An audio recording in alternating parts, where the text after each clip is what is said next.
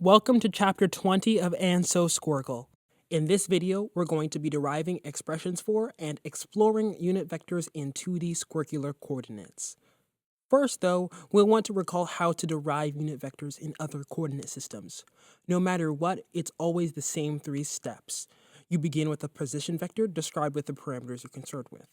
First, we're going to look at rectangular coordinates, so it will just be the vector xy, but after we're doing polar coordinates, so we'll want it to be r cos theta, r sine theta.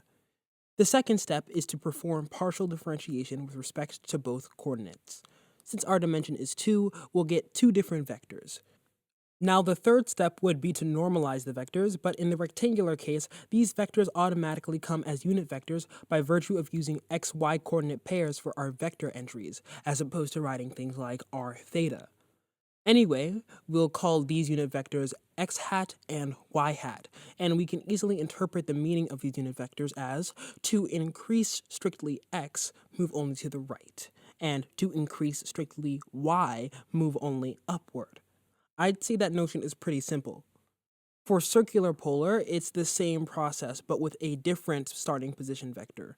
We'll differentiate with respect to r and theta, and luckily, our first vector del r is already normalized. The magnitude of del r del theta can be easily shown to just be r, so we'll have that r hat is cos theta sine theta, and theta hat is negative sine theta cos theta. This shows us that to purely increase the radius, you have to move outwards, and if you want to purely increase the angle, you have to move perpendicular to that outwards movement, tangent to a circle centered at the origin. Still fairly intuitive. Now we can apply this process to derive the unit vectors for the generalized polar coordinates, squircular polar, where we have our position vector as r base p cos base p theta, r base p sine base p theta. Here, we'll want to differentiate with respect to r base p and theta. We'll take it one at a time. R base p is simple, as we're just left with cos base p theta, sine base p theta, and its magnitude actually isn't hype theta here, as you might assume. Since squircular coordinates rely on the p norm as a way of measuring distance, this vector here is actually a unit vector. As a note, remember that since we're using the p norm, we're assuming that p is greater than or equal to 1. Unfortunately, I think I failed to mention this detail at any time past its introduction in Chapter 2. This is becoming a bit of a tangent, but at this point it may be worth assuming that p is always greater than or equal to 1 unless I state otherwise. Now, back to the unit vectors. For differentiating with respect to theta, we'll just have to recall our base p trig first derivatives. We can even factor out some terms to make it more readable. By factoring it like this, we can already see that this is not yet a unit vector, so we'll need to take its p-norm. As a fun fact side note, integrating the norm of this vector returns the p arc length of a function given by r base p. Anyway, at this point, we might see the similarity of this form to the definition of hype. If we just multiply the exponent by p minus 1 over p minus 1, we'll get this as the norm of the vector. The astute among you may have noticed, though, that when p equals 1, there's a little glitch in the simplification process here, as what I just did involved dividing by 0. So we'll actually have to make a separate case for when p is equal to 1. We can start right before that dangerous step and realize that when p equals 1, we just end up with a 2 out front. Oh, and don't think that I forgot about the base infinity case. We'll use the conditional statement derivatives that we derived from last chapter and easily find the norm since one part of either condition is always 0. So altogether, these are our theta hats.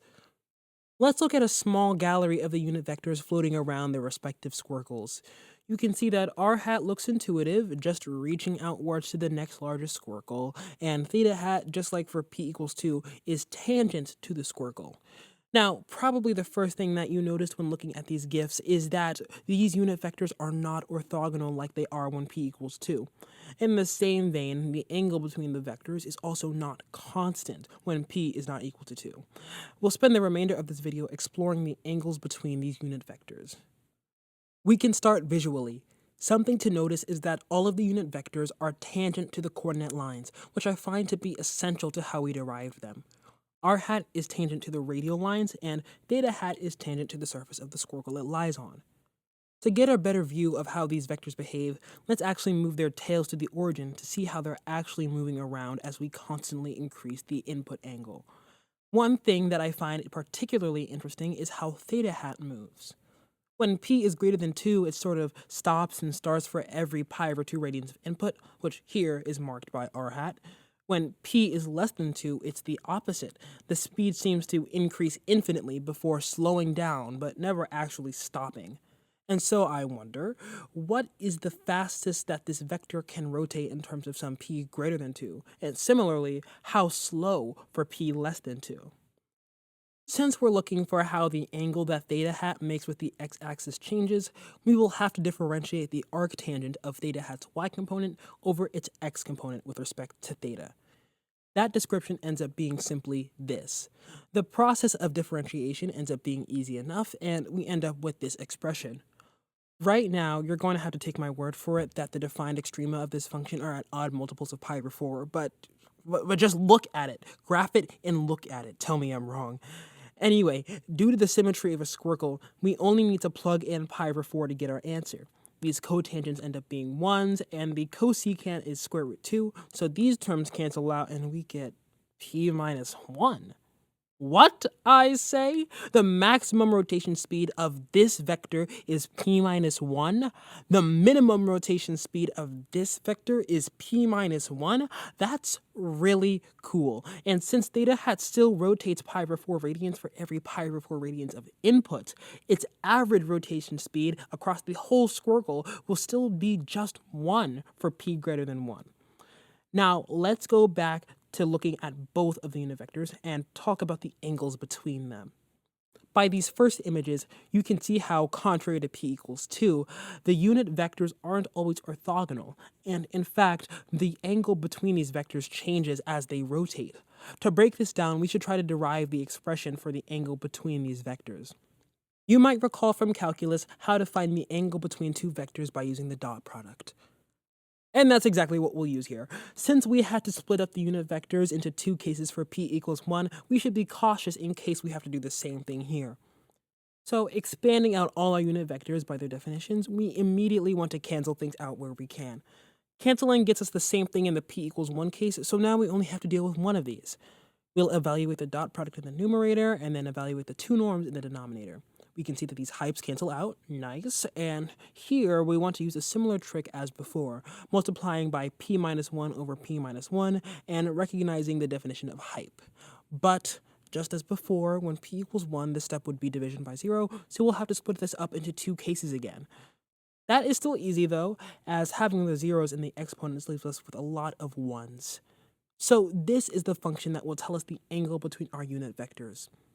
For those of you that might see something familiar about the general form, we can write this in terms of the derivative of hype, although it's not as useful for actually evaluating the expression. Some things of interest to investigate when it comes to this function would be a couple of things. Firstly, figuring out the limit of this expression as p approaches infinity, and secondly, seeing if there are any good simplifications that arise from plugging in unit circle values. We'll start with the limit of phi base p as p goes to infinity. Instead of approaching this with the base infinity unit vectors we derived earlier, we get a cleaner result by using a more interesting pathway.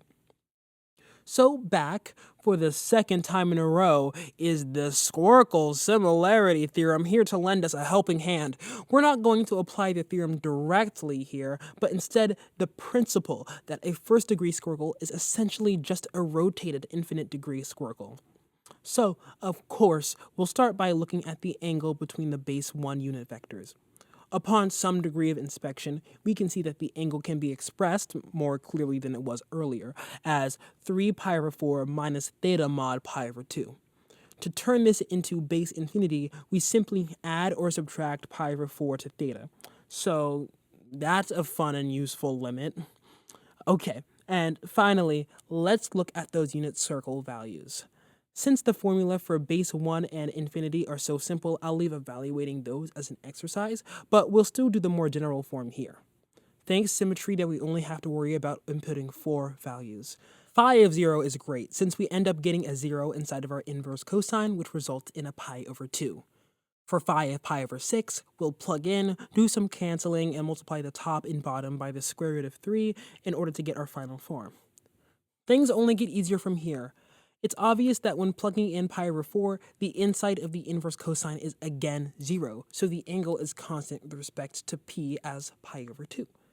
And finally, we can utilize the symmetry of phi about pi over 4 to show that phi of pi over 3 is actually equal to pi minus phi of pi over 6, which just brings a negative to the inside of the inverse cosine.